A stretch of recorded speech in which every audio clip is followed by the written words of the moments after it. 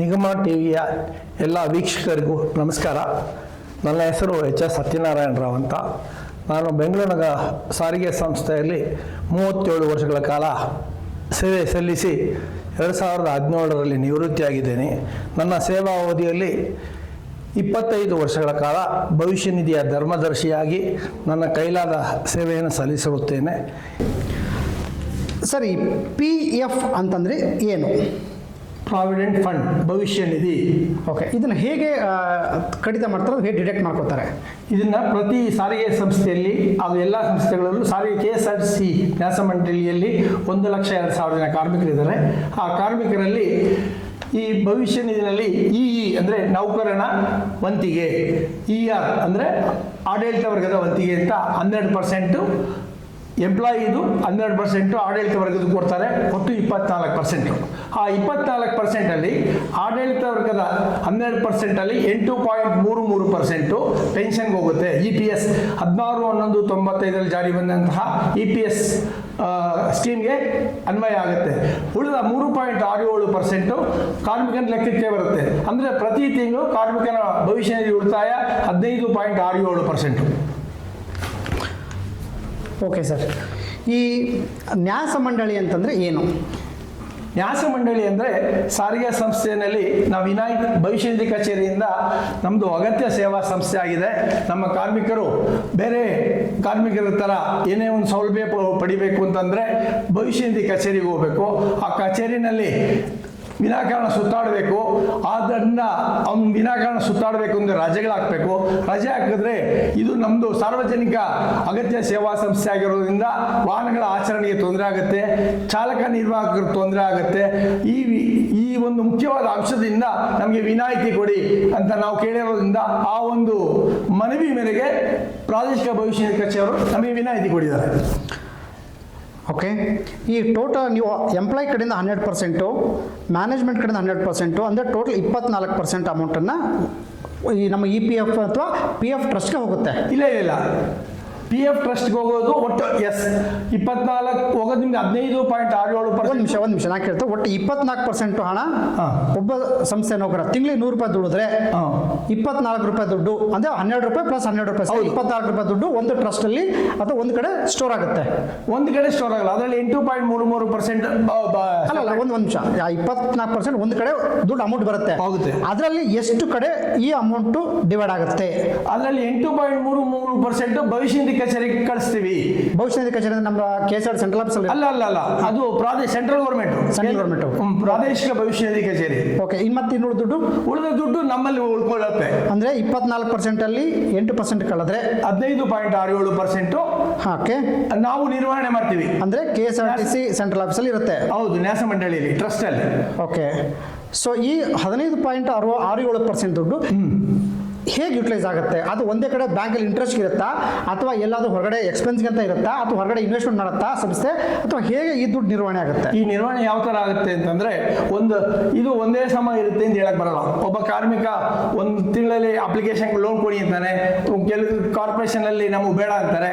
ಈ income and expenditure ನಮ್ಗೆ amount ಏನು ಬರುತ್ತೋ ಆ ಅಮೌಂಟ್ ಏನು ಉಳಿತಾಯ ಆಗಿರುತ್ತೋ ಫಸ್ಟ್ ಪ್ರಯಾರಿಟಿ 4 ನಿಗಮದ ಕಾರ್ಮಿಕರು ಅವರ ಕೋರಿಕೆ ಅಂದರೆ ರಿಫಂಡಬಲ್ ಇರ್ಬೋದು, ನಾನ್ ರಿಫಂಡಬಲ್ ಇರ್ಬೋದು, ರಿಟೈರ್ಮೆಂಟ್ ಇರ್ಬೋದು, ಡೆತ್ ಕೇಸ್ ಇರ್ಬೋದು, ಈ ಅವ್ರನ್ನೆಲ್ಲ ಕ್ಲೈಮ್ಸ್ ಬರುತ್ತೆ. ಎಷ್ಟು ಅಮೌಂಟ್ ಬೇಕು ಅಂತ ಕೇಳ್ತಾರೆ. ಫಸ್ಟ್ ಪ್ರಯಾರಿಟಿ ಆ ಅಮೌಂಟ್ನ ಆಯಾ 4 ನಿಗಮಗಳಿಗೆ ನಾವು ವರ್ಗಾವಣೆ ಮಾಡ್ತೀವಿ. ಉಳಿದ ಹಣ ಈಗ ಉದಾಹರಣೆಗೆ 200 ಕೋಟಿ ಬರುತ್ತೆ ಅಂತ ಇಟ್ಕೊಳ್ಳಿ. ನ್ಯಾಸ ಮಂಡಳಿಗೆ ಟೋಟಲ್ ಆಗಿ 200 ಕೋಟಿ ಬಂತಂದ್ರೆ 200 ಕೋಟಿನಲ್ಲಿ ಒಂದು 160 ಕೋಟಿ ರೂಪಾಯಿ 4 ನಿಗಮದವರು ಕೇಳಿರ್ತಾರೆ. ಫಸ್ಟ್ ಆ 160 ಕೋಟಿ ಅವ್ರಿಗೆ ವರ್ಗಾವಣೆ ಮಾಡಿಬಿಡ್ತೀವಿ. ಇನ್ನು 40 ಕೋಟಿನ ನಾವು ಇನ್ವೆಸ್ಟ್ಮೆಂಟ್ ಪ್ಯಾಟರ್ನ್ ಇರುತ್ತೆ. ನಾನು ನಿಮ್ಗೆ ಆಗಲೇ ಹೇಳಿದೆ, ಭವಿಷ್ಯ ನಿಧಿ ಕಾಯ್ದೆ ಪ್ರಕಾರ ಇನ್ವೆಸ್ಟ್ಮೆಂಟ್ ಪ್ಯಾಟರ್ನ್ ಅಂತ ಇರುತ್ತೆ. ಆ ಇನ್ವೆಸ್ಟ್ಮೆಂಟ್ ಪ್ಯಾಟರ್ನ್ ಪ್ರಕಾರ ಕೇಂದ್ರ ಸರ್ಕಾರ ಏನು ಮಾರ್ಗದರ್ಶನ ಕೊಟ್ಟಿದೆಯೋ ಆ ಮಾರ್ಗದರ್ಶನದ ಅನುಸಾರ ನಾವು ಹೂಡಿಕೆ ಮಾಡ್ತೀವಿ. ಅಂದರೆ ಸೆಂಟ್ರಲ್ ಗೌರ್ಮೆಂಟ್ ಇನ್ಸ್ಟ್ರಕ್ಷನ್ ಅಥವಾ ಮಾರ್ಗದರ್ಶನ ಅಂತಂದರೆ ಆ ಉಳಿದಂತಹ 40 ಕೋಟಿ ಅಥವಾ ಆ 100 ರೂಪಾಯಿನಲ್ಲಿ ಬಂದಂಥ ಇನ್ನು ಉಳಿದಂಥ ಅಮೌಂಟ್ ಇಲ್ಲ, ಯಾವ್ಯಾವ ಸೆಕ್ಟ್ರಲ್ಲಿ ಯೂಸ್ ಮಾಡುತ್ತೆ ಸಂಸ್ಥೆ? ಪಬ್ಲಿಕ್ ಅದರಲ್ಲಿ ಸೆಂಟ್ರಲ್ ಗೌರ್ಮೆಂಟ್ ರೂಲ್ಸ್ ಇದೆ. ಅದರಲ್ಲಿ ಒಂದು ಪ್ಯಾಟರ್ನ್ ಅಂತಂದರೆ ಇನ್ವೆಸ್ಟ್ಮೆಂಟ್ ಪ್ಯಾಟರ್ನ್ ಅಂತಿದೆ.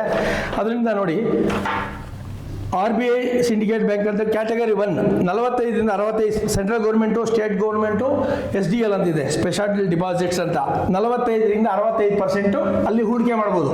ಓಕೆ. ಎರಡನೇದಾಗಿ category 2 public sector units and PFI bonds private sector, ಅಲ್ಲಿಂದ 20 45% ಅಲ್ಲೂ ಹೂಡಿಕೆ ಮಾಡ್ಬೋದು. ಆಮೇಲೆ ಕ್ಯಾಟಗರಿ 4 ಅಂದರೆ ಮ್ಯೂಚುವಲ್ ಫಂಡ್ಸ್ ಅಂಡ್ ETF ಅಂತ 5 15% ಅಲ್ಲೂ ಹೂಡಿಕೆ ಮಾಡ್ಬೋದು.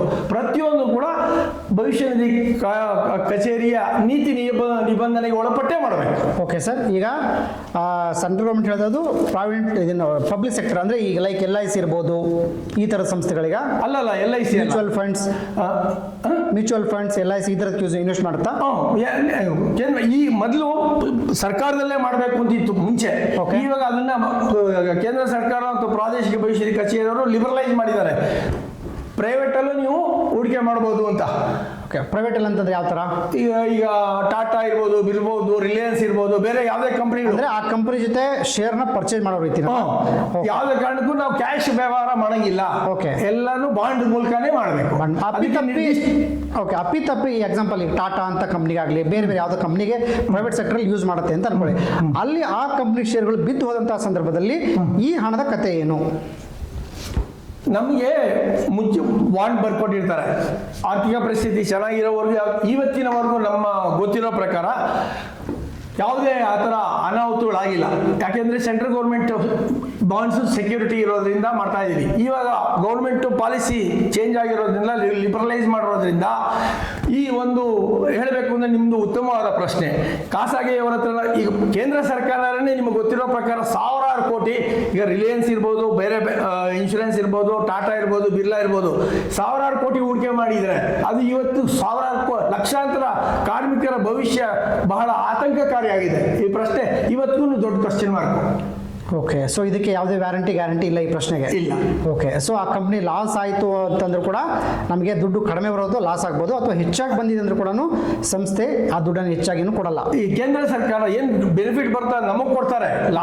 ಲಾಭ ಬಂತು ಅಂದರೆ ನಾವು ಜಾಸ್ತಿ ಬಡ್ಡಿ, ಈಗ ನಾವು ಇನ್ವೆಸ್ಟ್ ಮಾಡಿರುವಂಥ ಹಣಕ್ಕೆ ಉತ್ತಮ ರೀತಿ ಲಾಭ ಬಂತು ಅಂದರೆ ನಮ್ಮ ಕಾರ್ಮಿಕರಿಗೆ ಹೆಚ್ಚಿನ ರೀತಿ ಬಡ್ಡಿ ಕೊಟ್ಟು ನಾವು ಅದನ್ನು ಉಪಯೋಗ ಪಡಿಸ್ಕೊಂತೀವಿ. ಓಕೆ, ಒಟ್ಟು ಅಮೌಂಟ್ ದುಡ್ಡು ಅಲ್ಲೇ ಸರ್ಕ್ಯುಲೇಟ್ ಆಗುತ್ತೆ. ಅಲ್ಲೇ ಆಗುತ್ತೆ. ಕಡಿಮೆ ಬಂತು, ಲಾಸ್ ಆಯಿತು ಅಂತ ಹೇಳ್ಬಿಟ್ಟು ನಾವು ಕೇಂದ್ರ ಸರ್ಕಾರ ಕೊಡೋಕ್ಕಿಂತ ಕಡಿಮೆ ಕಂತು ಕೊಡಕ್ಕೆ ಅವಕಾಶ ಇಲ್ಲ, ಅಷ್ಟು ಕೊಡಲೇಬೇಕು. ಅಲ್ಲ, ಆ ಲಾಸ್ ಅಂತ ಅಮೌಂಟ್ ವಾಪಸ್ ಬರುತ್ತಾ? ಇವತ್ತಿನ ಎಕ್ಸಾಂಪಲ್ ಒಂದು ನಾನು ಈಗ ಹೇಳ್ತೀನಿ ಅಂದ್ರೆ, ಒಂದು ಅದಾನಿ ಅಂತ ಒಂದು ಕಂಪ್ನಿ ಇನ್ವೆಸ್ಟ್ ಮಾಡಿದ್ದಾರೆ. ಸೊ ಕಳೆದ ಕೆಲವು ತಿಂಗಳ ಹಿಂದೆ ಅಮೆರಿಕಾದಲ್ಲಿ ಏನೋ ಸ್ವಲ್ಪ ಇಶ್ಯೂ ಆಗ್ಬಿಟ್ಟು ಅದಾನಿ ಕಂಪ್ನಿ ಶೇರ್ಗಳು ಸಿಕ್ಕಾಪಟ್ಟೆ ಪ್ರಮಾಣದಲ್ಲಿ ಕುಸಿತು. ಆ ಕುಸಿದಂತಹ ಸಂದರ್ಭದಲ್ಲಿ ಆ ಕಂಪ್ನಿಯ ಶೇರ್ ವ್ಯಾಲ್ಯೂ ತುಂಬ ಕಡಿಮೆ ಆಗೋಯ್ತು. ಆ ಥರದ ಕಂಪ್ನಿಗಳಲ್ಲಿ ಸಾರಿಗೆ ನೌಕರರ PF ಹಣ ಇನ್ವೆಸ್ಟ್ ಆಗಿತ್ತು ಅಂದರೆ ಏನು ಗತಿ? ನನಗೆ ಗೊತ್ತಿದ್ದಂಗೆ ಸ್ನೇಹಿತರೆ, ಈಗಾಗಲೇ ಹೇಳಿದೆ ನಾನು, ನಿವೃತ್ತಿ 7 ವರ್ಷ ಆಯಿತು. ಇವತ್ತಿನ ಸದ್ಯದ ಪರಿಸ್ಥಿತಿ ಬಗ್ಗೆ ನನಗೆ ಮಾಹಿತಿ ಇಲ್ಲ. ನಾವು ಮಾಡಿದ್ದ ನನ್ನ ಅವಧಿಯಲ್ಲಿ ಅಂತಹ ಯಾವುದೇ ಒಂದು ಅವಕಾಶ ಕೊಟ್ಟಿರಲಿಲ್ಲ. ಆದರೂ ಕೂಡ ವಿಶೇಷವಾಗಿ ನಾವು ಬಡ್ಡಿ ಕಮ್ಮಿ ಆದರೂ ಪರವಾಗಿಲ್ಲ, ನಮಗೆ ಸೆಕ್ಯೂರಿಟಿ ಇರಬೇಕು, ಗೌರ್ಮೆಂಟ್ ಗ್ಯಾರಂಟಿ ಇರಬೇಕು ಅನ್ನೋ ಉದ್ದೇಶದ ಮೇಲೆ ನಾವು ಇನ್ವೆಸ್ಟ್ ಮಾಡ್ತಾ ಇದ್ದು.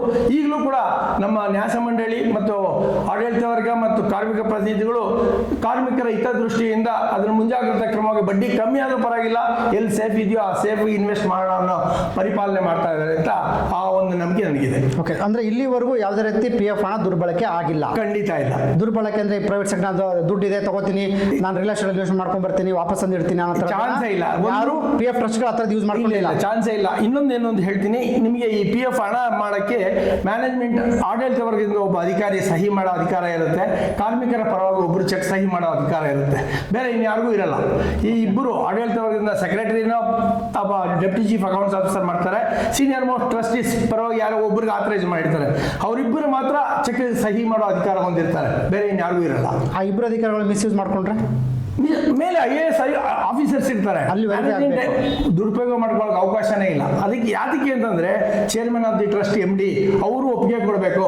ಅವರು ಒಪ್ಪಿಗೆ ಕೊಟ್ಟಾದ್ಮೇಲೆ ಪ್ರತಿಯೊಂದು ನಿರ್ವಹಣೆ, ಪ್ರತಿಯೊಂದು ಅಮೌಂಟ್ ಟ್ರಾನ್ಸಾಕ್ಷನ್ ಆಗಬೇಕಾದ್ರೆ ಫೈನಲ್ ಸಿಗ್ನೇಚರ್ MD ಅವ್ರದ್ದು ಇರಲೇಬೇಕು. MD ಅವ್ರ ಒಪ್ಪಿಗೆ ಇರಲೇಬೇಕು. ಚೆಕ್ ಸೈನಿಂಗ್ ಅಥಾರಿಟಿ ಬಂದು ಡೆಪ್ಟಿ CO ಒಬ್ರು, ಕಾರ್ಮಿಕ ಧರ್ಮದರ್ಶಿ ಒಬ್ರು ಇರ್ತಾರೆ. ಓಕೆ, ಇಬ್ಬರು ಕಡೆಯಿಂದ ಇರುತ್ತೆ. ಒಟ್ಟು ಈ ಟ್ರಸ್ಟ್ ಅಲ್ಲಿ ಎಷ್ಟು ಜನ ಮೆಂಬರ್ಸ್ ಇರ್ತಾರೆ? 6 ಜನ ಕಾರ್ಮಿಕರ ಪರವಾಗಿ ಇರ್ತಾರೆ, ಆಡಳಿತ ವರ್ಗದ ಪರವಾಗಿ 6 ಇರ್ತಾರೆ. ಅಂದರೆ ಈ ಕಾರ್ಮಿಕರ ಪರವಾಗಿ ಆಡಳಿತ ಮಂಡಳಿ ಪರವಾಗಿ ಯಾರು ಇರ್ತಾರೆ ಸರ್? ಆಡಳಿತ ಮಂಡಳಿ ವ್ಯವಸ್ಥಾಪಕ ನಿರ್ದೇಶಕರು ಇದ್ರ ಚೇರ್ಮನ್ ಆಗಿರ್ತಾರೆ. Okay. ಡೈರೆಕ್ಟರ್ ಪರ್ಸನಲ್ ಅಂತ ಒಬ್ರು ಇರ್ತಾರೆ. Okay. ಆಮೇಲೆ ಡೈರೆಕ್ಟರ್ ಸೆಕ್ಯೂರಿಟಿ ಅಂತ ಇರ್ತಾರೆ. Okay. ಆಮೇಲೆ ಚೀಫ್ ಲೇಬರ್ ವೆಲ್ಫೇರ್ ಆಫೀಸ್ ಇರ್ತಾರೆ. Okay. ಆಮೇಲೆ ಚೀಫ್ ಅಕೌಂಟ್ಸ್ ಆಫೀಸರ್ ಇರ್ತಾರೆ. ಓಕೆ, ಸೊ ಇಷ್ಟು ಜನ ಇರ್ತಾರೆ. ಕಾರ್ಮಿಕರ ಪರವಾಗಿ ಯಾರು ಇರ್ತಾರೆ? ಕಾರ್ಮಿಕರ ಪರವಾಗಿ ಆಡಳಿತ ಮಾನ್ಯತೆ ಪಡೆದ ಸಂಘಟನೆಗೆ ಈ ಕಾನೂನಿನಲ್ಲಿ ಅವಕಾಶ ಇರೋದ್ರಿಂದ ಆ ಸಂಘಟನೆಯವರು 6 ಜನ ಪ್ರತಿನಿಧಿಗಳನ್ನ ನೇಮಕ ಮಾಡಿರ್ತಾರೋ ಆ 6 ಜನ ಅದರಲ್ಲಿ ನ್ಯಾಸ ಮಂಡಳಿಯ ಸದಸ್ಯರಾಗಿ ನಿರ್ವಹಣೆ ಮಾಡ್ತಾ ಇರ್ತಾರೆ. ಅಂದ್ರೆ ಮಾನ್ಯತೆ ಪಡೆದ ಸಂಘಟನೆ, ಮಾನ್ಯತೆ ಪಡೆದ ಸಂಘಟನೆ ಅಧ್ಯಕ್ಷರು ಯಾರನ್ನ ಸೂಚನೆ ಕೊಡ್ತಾರೋ ಅವರನ್ನ ಸಂಸ್ಥೆ PF ಟ್ರಸ್ಟಿಯಾಗಿ ಮಾಡಿ ಎಂಪ್ಲಾಯ್ ಆಗಿರಬೇಕು. ಆ ಎಂಪ್ಲಾಯ್ ಆಗಿರಬೇಕು.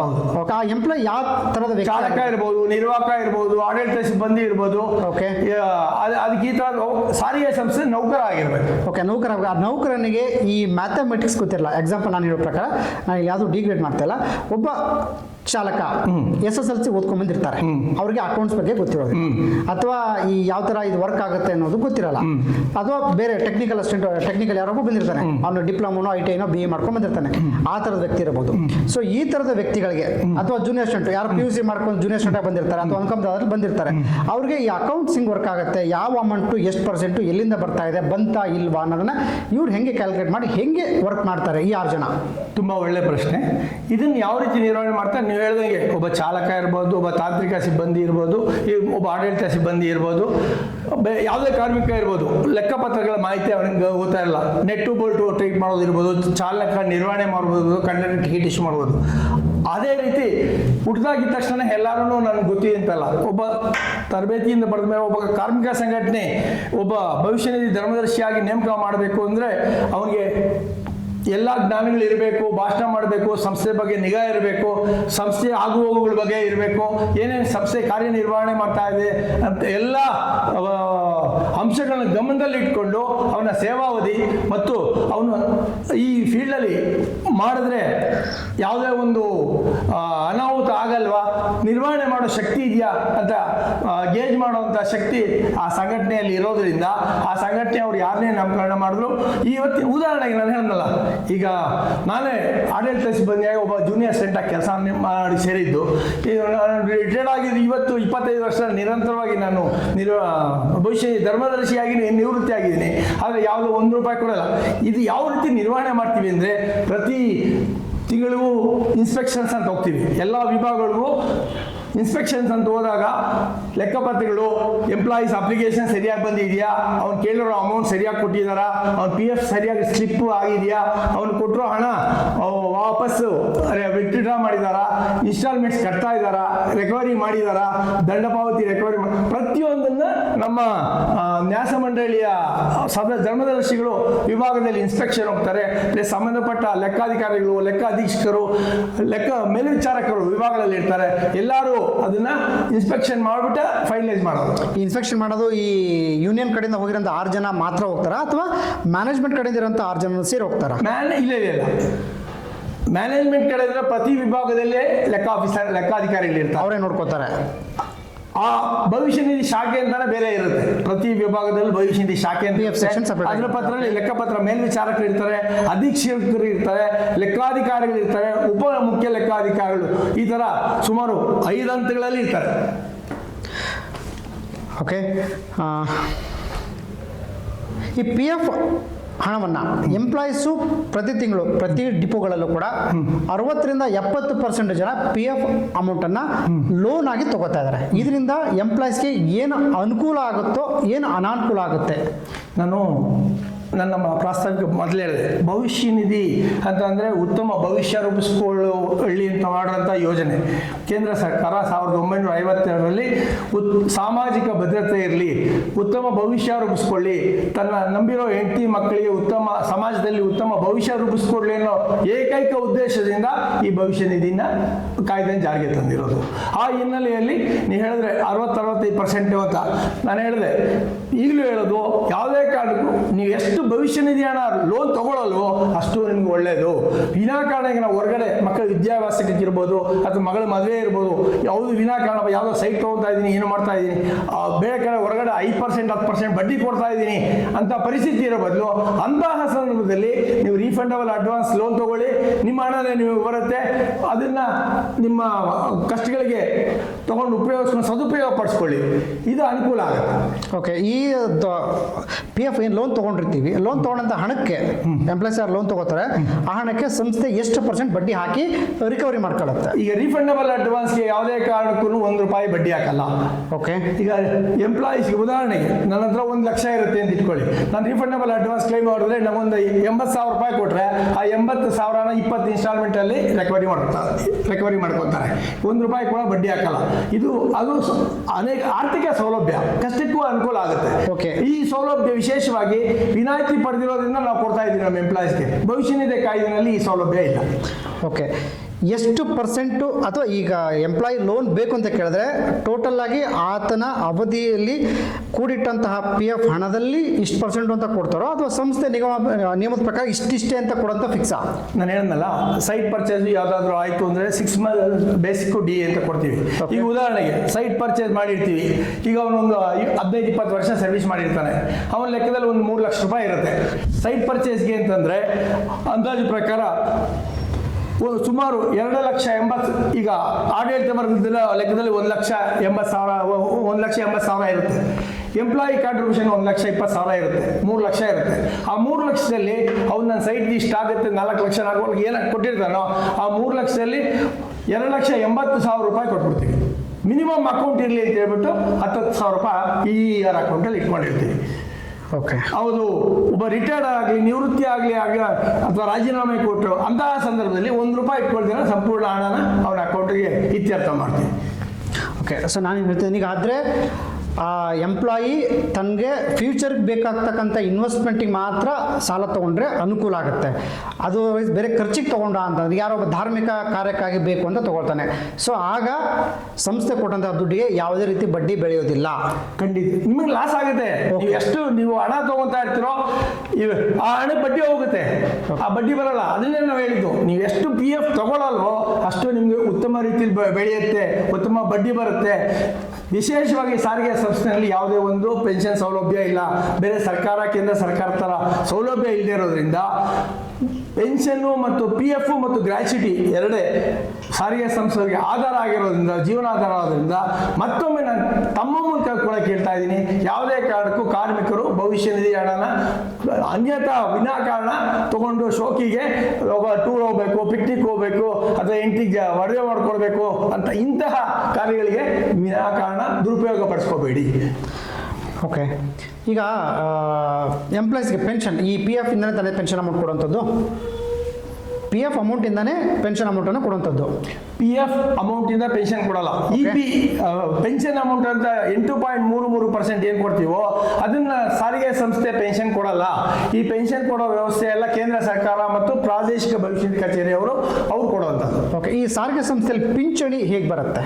ಎಂಪ್ಲಾಯ್ ನಿವೃತ್ತಿ ಆದರೆ ಒಬ್ಬ ರಿಟೈರ್ಡ್ ಆದಂಥ ಅದನ್ನ ಸಾರಿಗೆ ಸಂಸ್ಥೆಯವರು ಇತ್ಯರ್ಥ ಮಾಡಲ್ಲ, ಅದನ್ನ ಇತ್ಯರ್ಥ ಮಾಡೋರು ಪ್ರಾದೇಶಿಕ ಭವಿಷ್ಯ ನಿಧಿ ಕಚೇರಿಯವರು. ಓಕೆ, ಪ್ರಾದೇಶಿಕ ಭವಿಷ್ಯ ಅದರ ಲೆಕ್ಕಾಚಾರ, ಅವ್ರ ಸೇವಾವಧಿ, ಅವ್ರ ಕಾಂಟ್ರಿಬ್ಯೂಷನ್, ಅವ್ನು ಎಷ್ಟು ದಿನ ಇದ್ದಾನೆ, ಈ ಎಲ್ಲ ಮಾಹಿತಿನ ಕೇಂದ್ರ ಕಚೇರಿಯಿಂದ ಸಾರಿಗೆ ಸಂಸ್ಥೆ 4 ನಿಗಮದ ಸಾರಿಗೆ ಸಂಸ್ಥೆಗಳಿಂದ ಪ್ರಾದೇಶಿಕ ಭವಿಷ್ಯ ನಿಧಿ ಕಚೇರಿಗೆ ಪ್ರತಿ ತಿಂಗಳು ನಾವು ಕಳಿಸ್ಕೊಡೋದ್ರಿಂದ ಎಲ್ಲ ಲೆಕ್ಕಾಚಾರಗಳು, ನಿರ್ವಹಣೆ ಮತ್ತು ಎಷ್ಟು ಪೆನ್ಷನ್ ಬರುತ್ತೆ ಈ ತೀರ್ಮಾನ ಎಲ್ಲ ಮಾಡೋದು ಪ್ರಾದೇಶಿಕ ಭವಿಷ್ಯ ನಿಧಿ ಕಚೇರಿ. ಸೊ ಪ್ರಾದೇಶಿಕ ಭವಿಷ್ಯ ನಿಧಿ ಕಚೇರಿಯಿಂದನೇ ಪೆನ್ಷನ್ ಅಮೌಂಟ್ ಆಗುತ್ತಾ? ಹೌದು. ಓಕೆ, ಎಷ್ಟು ಬರುತ್ತೆ ಸಾರಿಗೆ ನೌಕರರು ರಿಟೈರ್ಡ್ ಆದ್ರೆ ಮಿನಿಮಮ್ ಪೆನ್ಷನ್ ಅಥವಾ ಮ್ಯಾಕ್ಸಿಮಮ್ ಪೆನ್ಷನ್ ಎಷ್ಟು ಬರುತ್ತೆ ಅಥವಾ ಫಿಕ್ಸ್ ಆಗಿ ಬರುತ್ತಾ ಪೆನ್ಷನ್? ಇಲ್ಲ, ಫಿಕ್ಸ್ ಆಗಿ ಬರಲ್ಲ. ಅವನ ಉದಾಹರಣೆಗೆ ಒಬ್ಬ 30 ಈಗ ನಂದೇ ತಗೊಳ್ಳಿ, 37 ವರ್ಷ ಸರ್ವಿಸ್ ಅಂತ ಇಟ್ಕೊಳ್ಳಿ.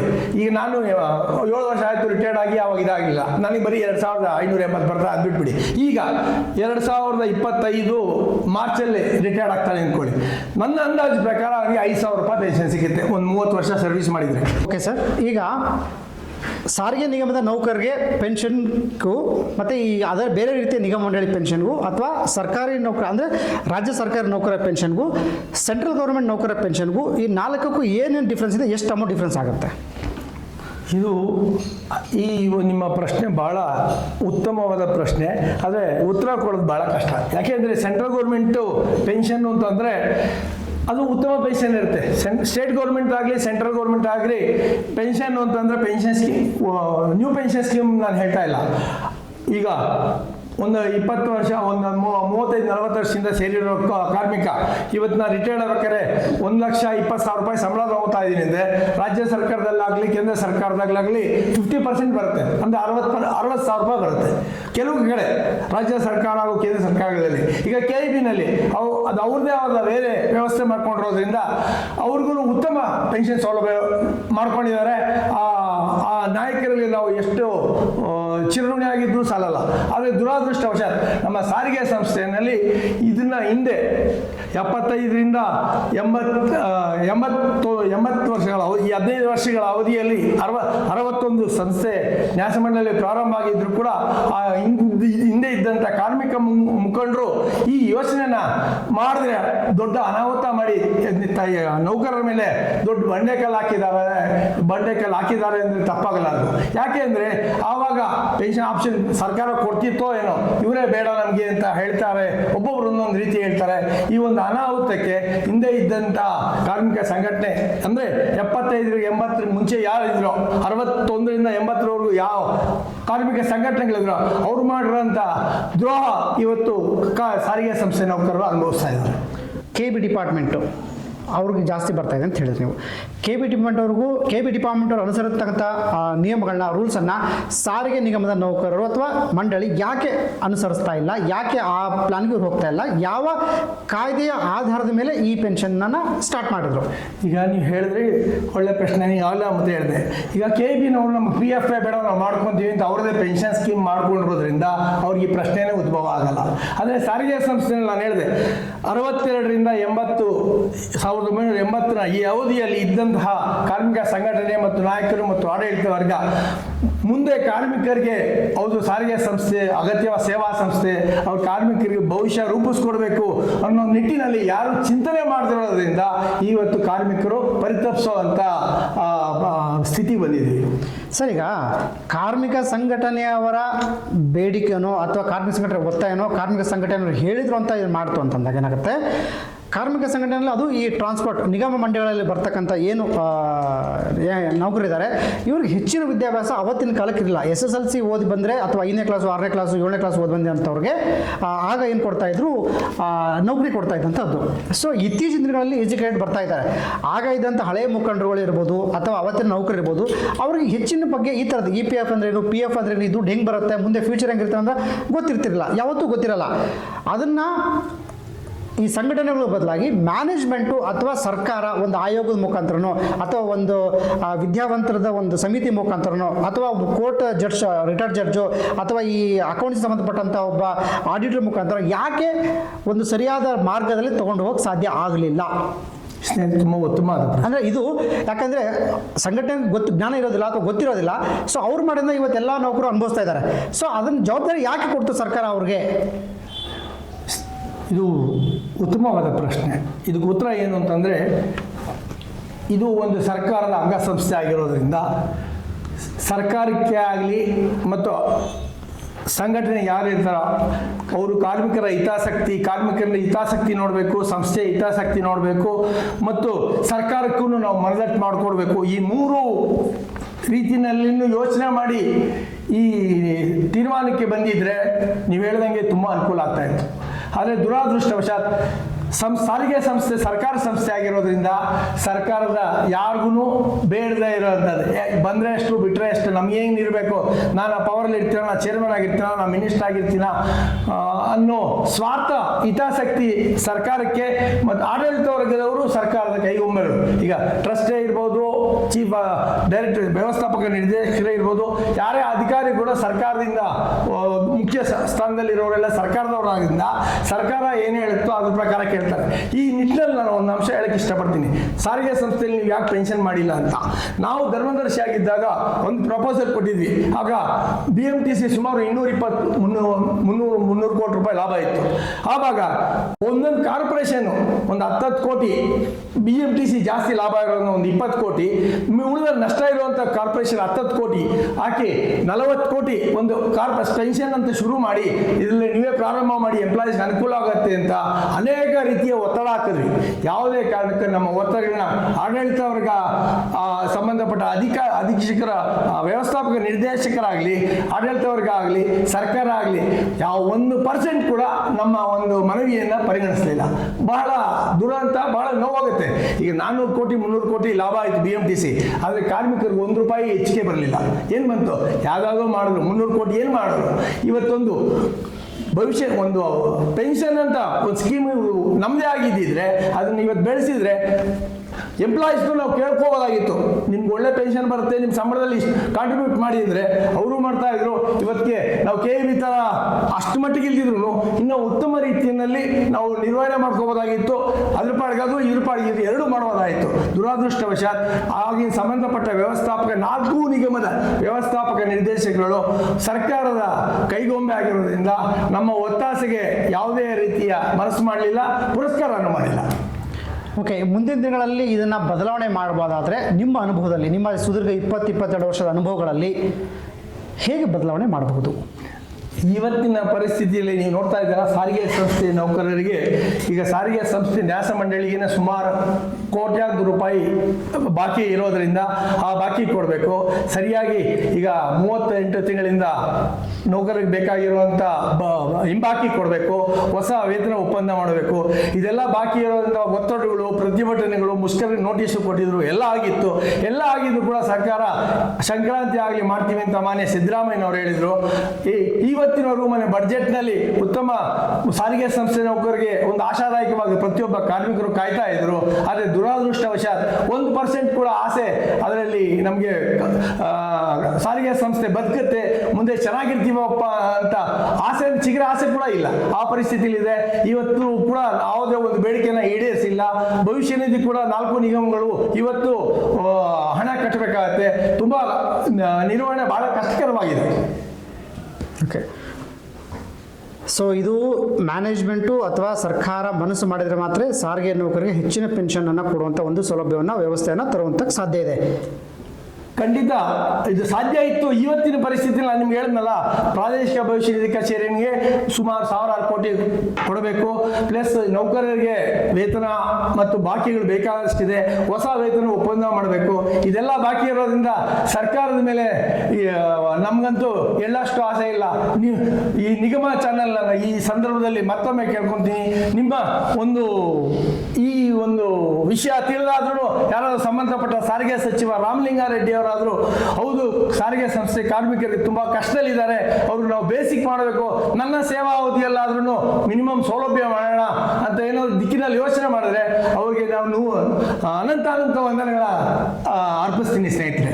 ಸರ್, ಈಗ ಇನ್ನೊಂದು ಹೇಳಿದ್ರಿ, ಬದಲೇ ಪ್ರಶ್ನೆ ಮುಂಚೆ ಕೇಳಿದ ವಿಷಯಕ್ಕೆ ನಾನು ಬರ್ತೀನಿ. ಏನಂತಂದ್ರೆ ನೀವು ಪ್ರಾದೇಶಿಕ PF ಟ್ರಸ್ಟ್ ಅಂತ ಯಾವ್ದು ಹೇಳಿದ್ರಿ? ಪ್ರಾದೇಶಿಕ ಭವಿಷ್ಯ ನಿಧಿ ಕಚೇರಿ. ಪ್ರಾದೇಶಿಕ ಭವಿಷ್ಯ ನಿಧಿ ಕಚೇರಿ ಈ ಸೆಂಟ್ರಲ್ ಗೌರ್ಮೆಂಟ್ ಅಲ್ಲಿ ಅಂಡರ್ ಅಲ್ಲಿ ವರ್ಕ್ ಮಾಡ್ತಕ್ಕಂಥ ಒಂದು ಸಂಸ್ಥೆ, ಆಯೋಗ. ಹೌದು, ಈ ಆಯೋಗ ಒಂದಷ್ಟು ಆಯೋಗ ಅದು ಸೆಂಟ್ರಲ್ ಬೋರ್ಡ್ ಆಫ್ ಟ್ರಸ್ಟೀಸ್ ಅಂತ ಲೇಬರ್ ಇಲಾಖೆ ಅಂತ ಪ್ಯೂರ್ ಗೌರ್ಮೆಂಟ್. ಹೌದು, ಸೆಂಟ್ರಲ್ ಗೌರ್ಮೆಂಟ್. ಈ ಇಲಾಖೆಯ ಏನ್ ನಿಬಂಧನೆಗಳಿರುತ್ತೆ, ನೀತಿ ನಿಯಮ ಇರುತ್ತೆ, ಆ ನೀತಿ ನಿಯಮದ ಅಂಡರ್ ಅಲ್ಲಿ ಎಲ್ಲ PF ಟ್ರಸ್ಟ್ ಇರ್ಬೋದು, ಬೇರೆ ಬೇರೆ ರೀತಿ ಎಲ್ಲವೂ ವರ್ಕ್ ಆಗಬೇಕು ಅಂತ ಹೇಳಿದ್ರೆ, ಯಾಕೆ ಈ ಇಲಾಖೆ ಈ ಒಂದು ನಿಗಮ ಮಂಡಳಿಗೆ ಒಂದು ತರ ರೀತಿಯ ಅವಕಾಶಗಳು, ಇನ್ನೊಂದು ನಿಗಮ ಮಂಡಳಿಗೆ ಇನ್ನೊಂದು ರೀತಿಯ ಅವಕಾಶಗಳು? ಎಕ್ಸಾಂಪಲ್, ಈಗ ಸಾರಿಗೆ ನಿಗಮಕ್ಕೂ ಅಥವಾ ಈ KPCL ಡಿಪಾರ್ಟ್ಮೆಂಟ್ಗೂ ಅಥವಾ ಬೇರೆ ಇನ್ನೊಂದು ನಿಗಮ ಮಂಡಳಿಗೂ ಅಥವಾ ಇನ್ನೊಂದು ರಾಜ್ಯ ಸರ್ಕಾರಿ ಇಲಾಖೆಗೂ ಯಾಕೆ ಈ ಹೊಂದಾಣಿಕೆ ಮಾಡೋಕ್ಕೆ ಅವರಲ್ಲೇ ರೂಲ್ಸ್ಗಳು ರೆಗ್ಯುಲೇಷನ್ ಯಾಕೆ ಚೇಂಜ್ ಮಾಡ್ತಾ ಇದೆ? ಯಾಕೆ ಇದಕ್ಕೆ ಫ್ರೀಡಮ್ ಕೊಡ್ತೀವಿ ಕೆಳಗೆ?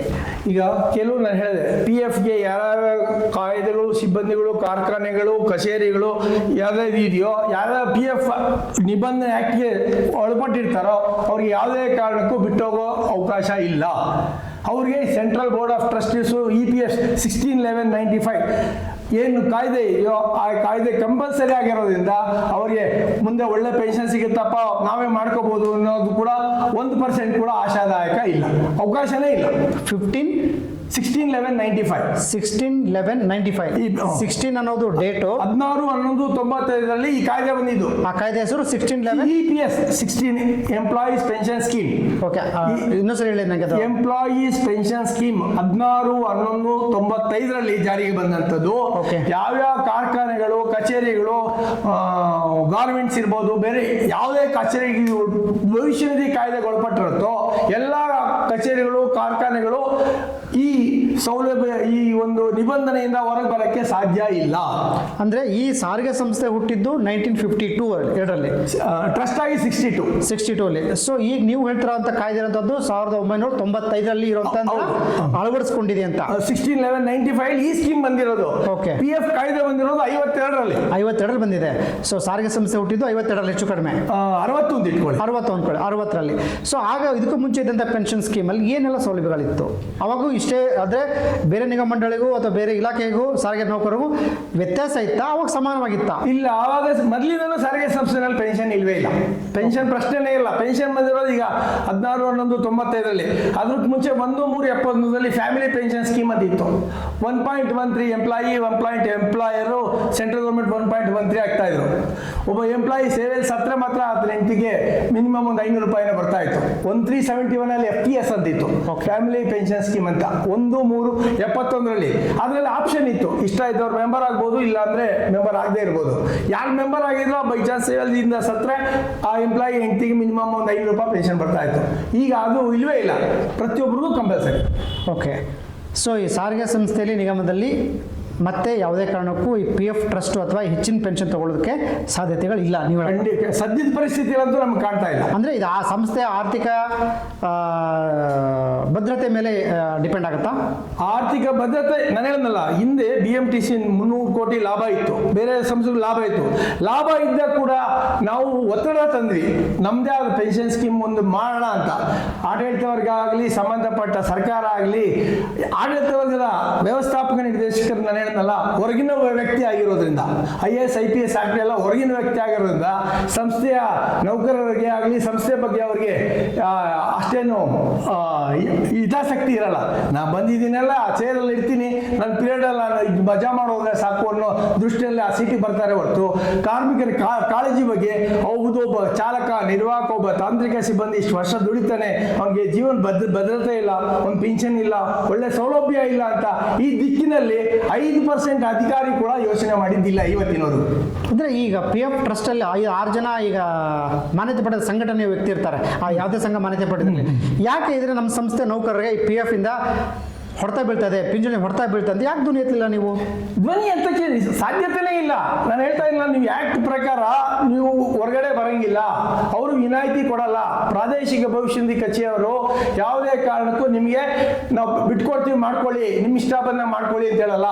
ಅವ್ರು ನಿಮ್ಗೆ ಇಷ್ಟ ಬಂದಾಗ ಮಾಡ್ಕೊಳ್ಳಿ ಅನ್ನೋದು ಯಾವಾಗ ಅಂದರೆ ಪ್ರಾದೇಶಿಕ ಭವಿಷ್ಯ ನಿಧಿ ಕಚೇರಿ ಏನು ಸೌಲಭ್ಯ ಕೊಡ್ತಾ ಇದ್ದಾರೋ ಅದಕ್ಕಿಂತ ಹೆಚ್ಚಿನ ರೀತಿಯ ಸೌಲಭ್ಯ ಕೊಡ್ತೀವಿ ಅಂತ ಹೇಳಿ ನೀವು ಪ್ರೂವ್ ಮಾಡಿ ದಾಖಲೆ ಕೊಟ್ಟರೆ ಅಂತಹ ಸಂದರ್ಭದಲ್ಲಿ ಮಾತ್ರ ವಿನಾಯಿತಿ ಕೊಡ್ತಾರೆ. ಇವತ್ತಿನವರೆಗೂ ನನ್ನ ಅನುಭವದಲ್ಲಿ, ಇತಿಹಾಸದಲ್ಲಿ ಪ್ರಾದೇಶಿಕ ಭವಿಷ್ಯ ಪ್ರೈವೇಟ್ ಯಾವುದು ಪೆನ್ಷನ್ ನಿರ್ವಹಣೆ ಮಾಡೋ ಒಳ್ಳೆಯ ಹೆಸರು ತಗೊಂಡಿದ್ದು ಯಾವುದೂ ಇಲ್ಲ. ಓಕೆ ಸರ್, ಈ ಕೊನೆಯ ಪ್ರಶ್ನೆ, ಸಾರಿಗೆ ನೌಕರರು ರಿಟೈರ್ಡ್ ಆದಂಥ ವ್ಯಕ್ತಿ ಮಿನಿಮಮ್ ಎಷ್ಟು ತಗೋತಾರೆ ಪೆನ್ಷನ್ ಇವಾಗ? ಮಿನಿಮಮ್ ಮ್ಯಾಕ್ಸಿಮಮ್ ಅಥವಾ ಫಿಕ್ಸ್? ಇದು ನಾನು ಹೇಳಿದೆ, ಕರೆಕ್ಟಾಗಿ ಡ್ಯೂಟಿ ಮಾಡಿ ಇವತ್ತು ರಿಟೈರ್ಡ್ ಆಗಿದ್ರೆ, ಸುಮಾರು 30-35 ವರ್ಷ ಸರ್ವಿಸ್ ರಿಟೈರ್ಡ್ ಮಾಡಿದ್ರೆ 4,000 ರಿಂದ 5,000 ರೂಪಾಯಿ ಬರ್ಬೋದು ಈಗ ಅಷ್ಟೇ. ನಾನು 2017 ರಿಟೈರ್ಡ್ ಆದರೂ ಕೂಡ ನನ್ನ ಪೆನ್ಷನ್ ಕಾಂಟ್ರಿಬ್ಯೂಷನ್ನು 2015 ಮಾತ್ರ ಇದ್ದಿದ್ದು. ಯಾಕೆಂದರೆ ಈ ಪೆನ್ಷನ್ನ ಹಣನ ಕೇವಲ 58 ವರ್ಷಗಳವರೆಗೂ ಮಾತ್ರ ಹಿಡಿತಾರೆ. ಯಾವುದು ನನಗೆ ಹೇಳಿದ್ನಲ್ಲ ನಿಮಗೆ 8.33% ಹಣನ 58 ವರ್ಷದವರೆಗೂ ಮಾತ್ರ ಹಿಡಿತಾರೆ. 58 ವರ್ಷದ ನಂತರ ಸಂಪೂರ್ಣ 24% ಭವಿಷ್ಯ ನಿಧಿ ಹಣ ಎಂಪ್ಲಾಯಿ ಲೆಕ್ಕಕ್ಕೆ ಬರುತ್ತೆ. 15.67% ಮಾತ್ರ 58 ವರ್ಷದವರೆಗೂ ಮಾತ್ರ ಹಿಡಿಯೋದು. 58 ವರ್ಷ ತದನಂತರ 24% ಎಂಪ್ಲಾಯಿ ಅಕೌಂಟಿಗೆ ಬರುತ್ತೆ. ಓಕೆ ಸರ್, ಕೊನೆಯದಾಗಿ ಹೇಳಿದ್ರೆ ನೌಕರಿಗೆ ಏನು ಹೇಳಕ್ಕೆ ಇಷ್ಟಪಡ್ತೀರಾ? ಮತ್ತೊಮ್ಮೆ ನಾನು ಹೇಳೋದು, ಆದಷ್ಟು ಬೇಗ ನಮ್ಮ ಕಾರ್ಮಿಕರ ಬೇಡಿಕೆಗಳು ಸಿದ್ದರಾಮಯ್ಯ ಸರ್ಕಾರ ಆದಷ್ಟು ಬೇಗ ಪೂರೈಸಲಿ. ಎಲ್ಲ 4 ನಿಗಮಗಳ ಭವಿಷ್ಯ ನಿಧಿ ನ್ಯಾಸ ಮಂಡಳಿ ಇನ್ನೂ ಹೆಚ್ಚು ಗಟ್ಟಿಗೊಳ್ಳಲಿ, ಹೆಚ್ಚು ಸೌಲಭ್ಯಗಳು ನೀಡಿ ಆದಷ್ಟು ಉತ್ತಮ ಕಾರ್ಮಿಕರು ಭವಿಷ್ಯ ರೂಪಿಸ್ಕೊಳ್ಳೋಕ್ಕೋಸ್ಕರ ಹೆಚ್ಚಿನ ರೀತಿಯ ಸವಲತ್ತುಗಳು, ಅಂದರೆ ಇವಾಗ ಏನನ್ನು ಬೇಡಿಕೆ ಇಟ್ಟಿದಾರ ಆ ಬೇಡಿಕೆಗಳನ್ನ ಅಟ್ಲೀಸ್ಟ್ ಪರಿಶೀಲನೆ ಮಾಡಿ ನಿಮ್ಮ ಕೈಲಾದಷ್ಟು ಅದನ್ನು ಸಾಲ್ವ್ ಮಾಡಿಬಿಟ್ಟು ನೌಕರರಿಗೆ ಒಂದು ಒಳ್ಳೆ ಸಿಹಿ ಸುದ್ದಿ ಕೊಡಿ ಅಂತ ಈ ಎಲ್ಲ ಕಾರ್ಮಿಕರ ಪರವಾಗಿ ನಾನು ಸನ್ಮಾನ್ಯ ಮುಖ್ಯಮಂತ್ರಿ ಸಿದ್ದರಾಮಯ್ಯರಲ್ಲಿ ವಿನಂತಿ ಮಾಡ್ಕೊತೀನಿ. Okay sir.